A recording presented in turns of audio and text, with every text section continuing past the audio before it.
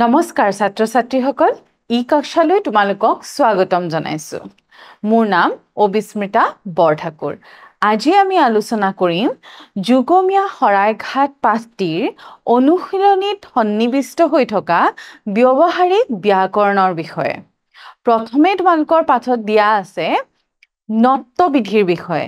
কিয় কোনো এটা শব্দত দন্তীয়া নৰ ঠাইত মূৰ্ধন্য ন হয় তাৰ কিছু শৰ্ত আছে কিছু নিয়ম আছে সেই নিয়মসমূহৰ বিষয়ে কিছু আভাস তোমালোকৰ পাঠত দিবলৈ চেষ্টা কৰা হৈছে আহাচোন আমি সেই সমূহৰ বিষয়ে কিছু আলোচনা কৰো প্ৰথমে তোমালোকক তিনিটা বাক্য দিয়া হৈছে প্ৰথমে কৈছে যে এনে ধৰণৰ সমস্যা চিৰকাল অসমৰ গাত লম্ভি আছে লম্ভি থাকিব আৰু এক শ্ৰেণীৰ সমস্যা সমাধান হলে আন শ্ৰেণীৰ সমস্যাই মূৰ দাঙি উঠিব এই বাক্যটোত থকা এই হালধীয়া ৰঙৰ শব্দকেইটাত ৰৰ পিছত মূৰ্ধন্য ন হোৱা দেখা গৈছে ঠিক ইয়াতো মূৰ্ধন্য ন ইয়াতো মূৰ্ধন্য ন হোৱা দেখিবলৈ পোৱা গৈছে ঠিক তেনেদৰে দেশৰ মংগল কাৰ্যত সম্পূৰ্ণ আত্মবিলোপ সুবিবেচনাৰে কাৰ্যপন্থা নিৰূপণ আৰু ক্ষিপ্ৰতাৰে কাৰ্যপন্থা গ্ৰহণ আৰু সম্পাদন এই দুইৰ সমাবেশ শৰাইঘাটৰ ৰণত অসমীয়াৰ কাৰণে আৱশ্যক আছিল এই যিকেইটা শব্দ ইয়াত হালধীয়া ৰঙেৰে লিখা হৈছে সেই শব্দকেইটাত দেখিবলৈ পোৱা গৈছে যে ইয়াত মূৰ্ধন্য ন ব্যৱহাৰ হৈছে কিয় কি শৰ্তত কি নিয়মতনো ইয়াত মূৰ্ধন্য ন ব্যৱহাৰ হৈছে সেই বিষয়ে আজি আমি আলোচনা কৰিম ওপৰৰ বাক্য তিনিটাত থকা ডাঙৰ হৰফৰ পদকেইটাত মূৰ্ধন্য ন আছে এই পদকেইটাৰ বানান বা আখৰ জোটনি কৰিলে দেখা যায় যে নবোৰৰ আগত ৰ বৰ্ণ আছে যেনে ধৰণ মূৰ্ধন্য ন হৈছে তাৰ আগত কি আছে ৰ আছে ৰণ মূৰ্ধন্য ন হৈছে তাৰ আগত কি আছে ৰ আছে কাৰণ ঠিক তেনেদৰে মূৰ্ধন্য ন হৈছে তাৰ আগত ৰ আছে গতিকে এই শব্দকেইটাত ৰটো একেবাৰে ওচৰত নিজৰ ৰূপত আছে আকৌ সম্পূৰ্ণ শব্দটোত ৰটো ৰেফ আকাৰে আছে এইটো হৈছে ৰেফ এটোক আমি ৰেফ বুলি কওঁ গতিকে ৰটো কি আকাৰত আছে ৰেফ আকাৰত আছে সেই কাৰণে তাতো কি হৈছে মূৰ্ধন্য ন ব্যৱহাৰ হৈছে আৰু লগত যুক্ত হৈ আছে শ্ৰেণী শব্দটোত এই মূৰ্ধন্য নৰ আগত এই ৰ কাৰডাল আছে আৰু সেইবাবে ইয়াত কি হৈছে দন্তীয়া নৰ ঠাইত মূৰ্ধন্য ন হয় মুঠতে আমি এই কথাটো ইয়াৰ পৰা বুজিব পাৰিছো যে যেতিয়া সংস্কৃতমূলীয় শব্দত ৰৰ পিছত ন বহে যিকোনো এটা শব্দত যেতিয়া আগত ৰ থাকে তাৰ পিছত যেতিয়া ৰ বহাবলগীয়া হয় তাত সদায় কি হ'ব মূৰ্ধন্য ন হ'ব ৰ আখৰটো ৰ বৰ্ণটোৰ পিছত যেতিয়া ন বৰ্ণ বহিব সদায় কি হ'ব মূৰ্ধন্য ন হ'ব আশা কৰো ছাত্ৰ ছাত্ৰীসকল তোমালোকে বুজিব পাৰিছা এনে ধৰণে মূৰ্ধন্য ন যিকোনো এটা আখৰত ব্যৱহাৰ হোৱাৰ বিভিন্ন শৰ্ত আছে বিভিন্ন নিয়ম আছে কিন্তু তাৰে কেইটামান নিয়মৰ বিষয়েহে তোমালোকৰ পাঠত দিয়া হৈছে গতিকে সেইকেইটাৰ বিষয়ে আমি আলোচনা কৰিম তোমালোকে ব্যাকৰণ পাঠত ইয়াৰ বিষয়ে বহলভাৱে জানিবলৈ চেষ্টা কৰিবা এতিয়া চোৱা ইয়াত এই বাক্যকেইটাত ভীষণ বিশ্লেষণ এই শব্দকেইটা ব্যৱহাৰ হৈছে এই ভীষণ আৰু বিশ্লেষণ পদ দুটা মূৰ্ধন্য নৰ আগত কি আছে মূৰ্ধন্য হ আছে দেখিছানে মূৰ্ধন্য ন হৈছে তাৰ আগত কিন্তু কি আছে মূৰ্ধন্য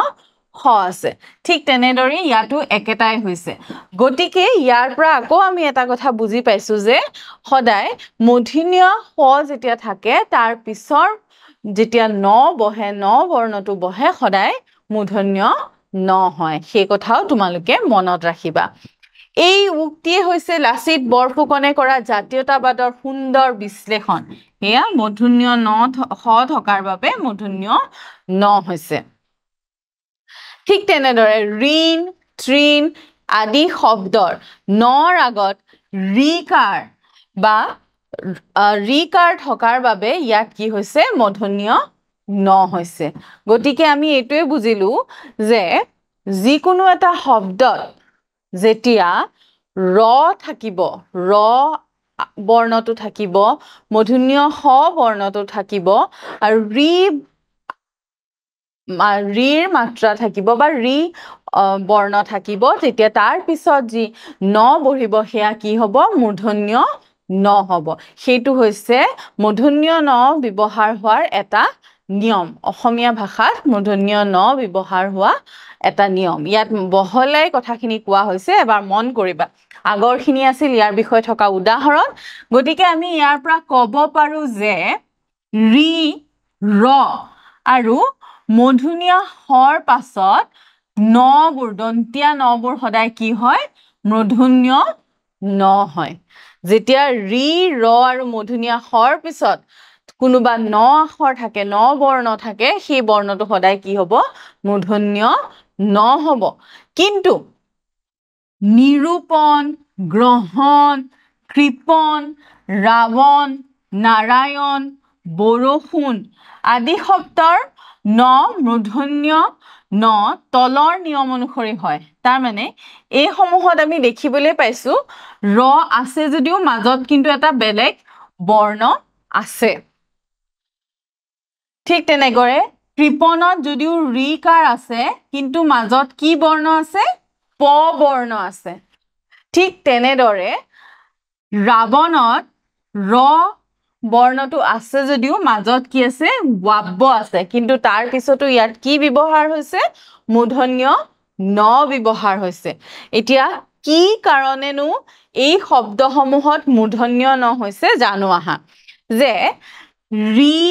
ৰ আৰু মূৰ্ধন্য হৰ আৰু নৰ মাজত যেতিয়া কোনোবা এটা শব্দত এনেদৰে ৰকাৰ থাকিব আৰু ন শব্দটোৰ মাজত যেতিয়া কোনো স্বৰবৰ্ণ বা ক আৰু প বৰ্গৰ কোনো বৰ্ণ ক বৰ্গ বা প বৰ্গ বুলি ক'লে ক খ গ ঘ গোটেইখিনিকে বুজোৱা হয় সেই লাইনটোৰ সেই একেলগে থকা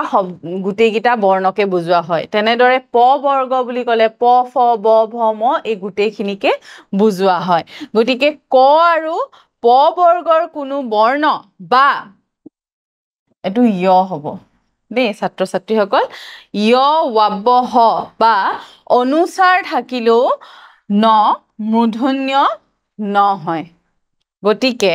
আমি পালো কেতিয়া কেতিয়া এটা শব্দত মূৰ্ধন্য ন ব্যৱহাৰ হয় প্ৰথমে পালো যে ৰৰ লগত যেতিয়া দন্তীয়া ন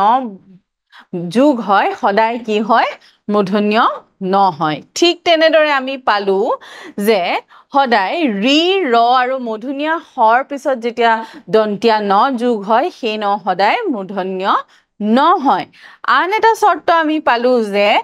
ৰি ৰ হ আৰু নৰ মাজত যেতিয়া স্বৰবৰ্ণ আৰু ক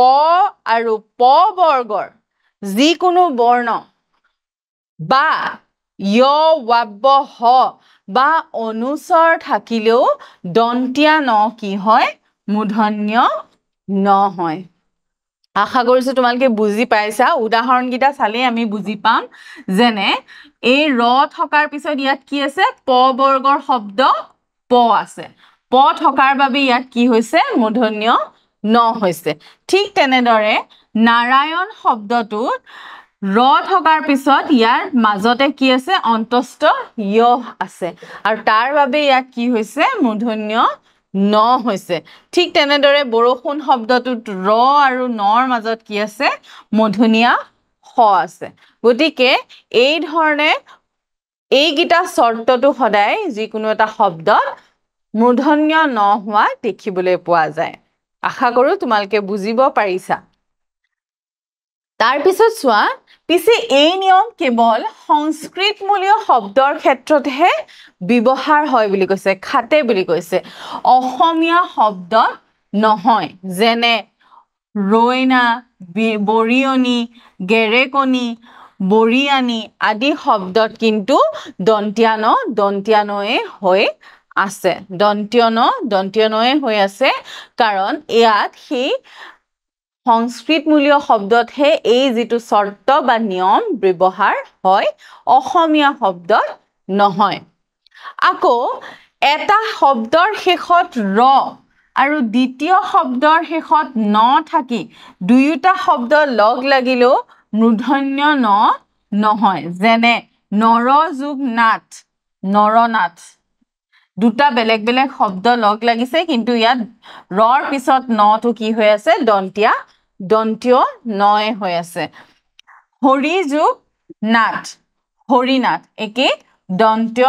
নয়ে হৈ আছে একে ধৰণে নৰ যোগ নাথ হৰি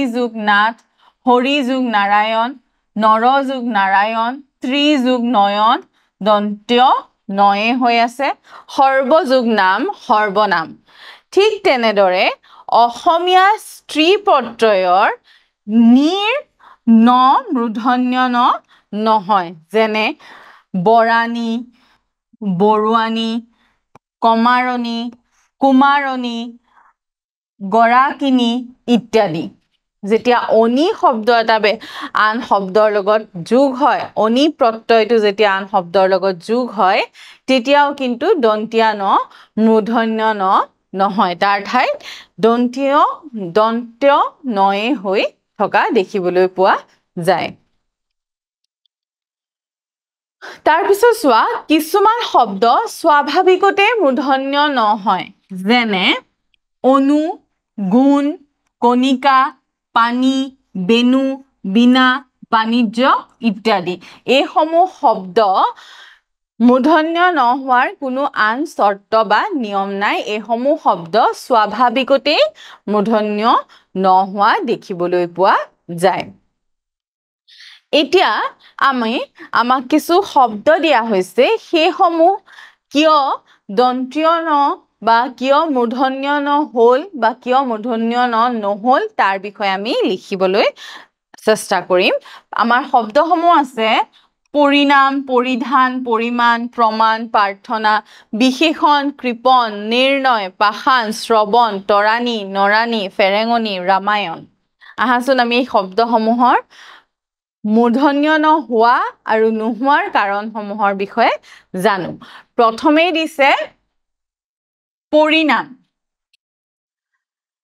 পৰিণামত সদায় মূৰ্ধন্য ন হোৱাৰ কাৰণটো হৈছে পৰি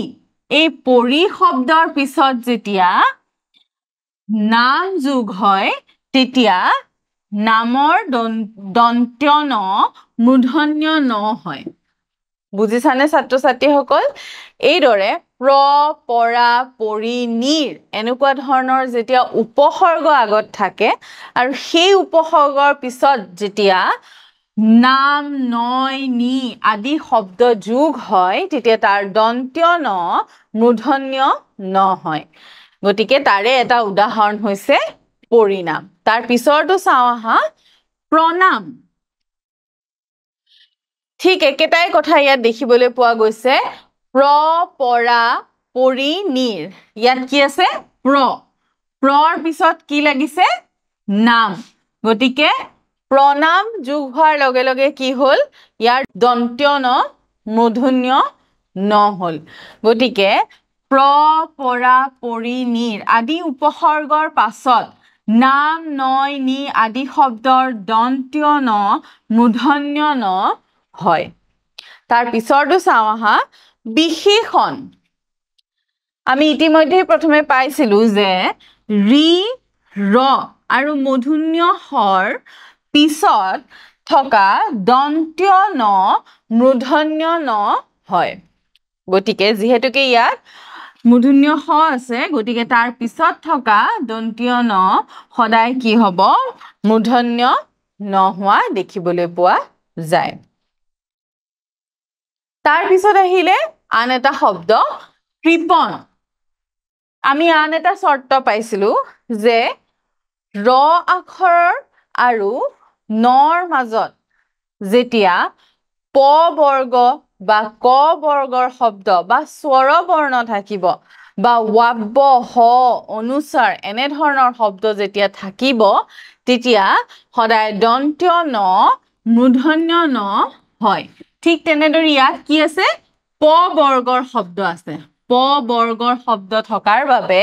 কৃপন শব্দটোত মূৰ্ধন্য ন হৈছে আন এটা আছে নিৰ্ণয়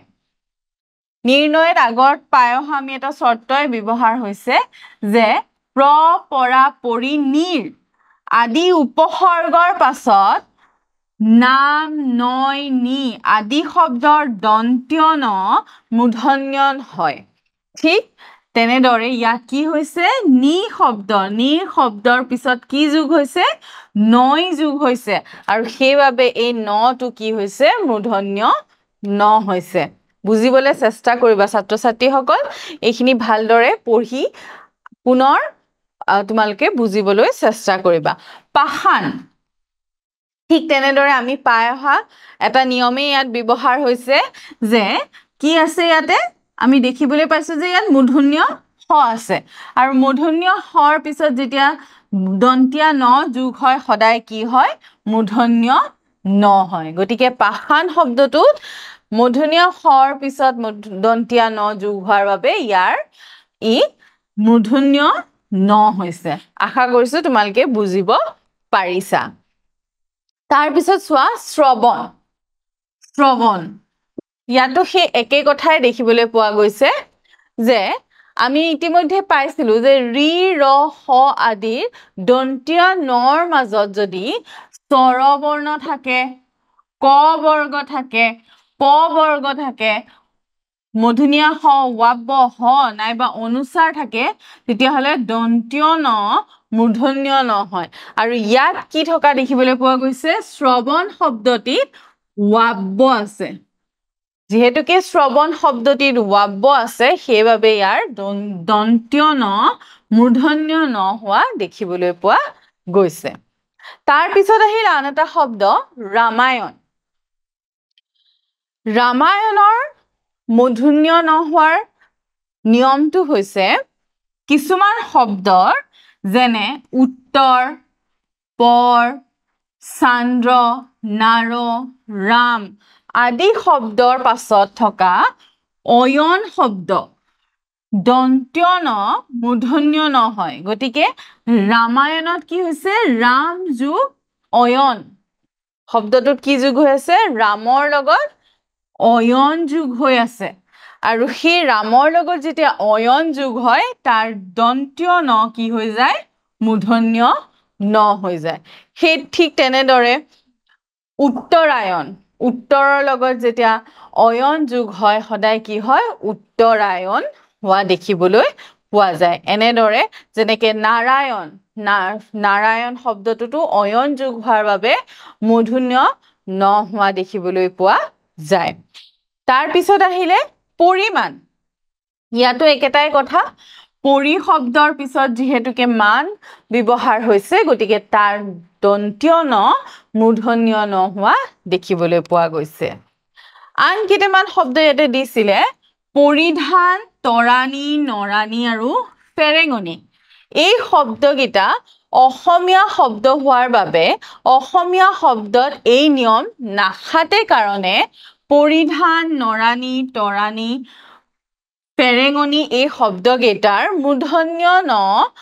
নহৈ তাত দন্ত্য ন হোৱাই দেখিবলৈ পোৱা গৈছে গতিকে যেহেতুকে এই নিয়ম কেৱল সংস্কৃতমূলীয় শব্দৰ ক্ষেত্ৰতহে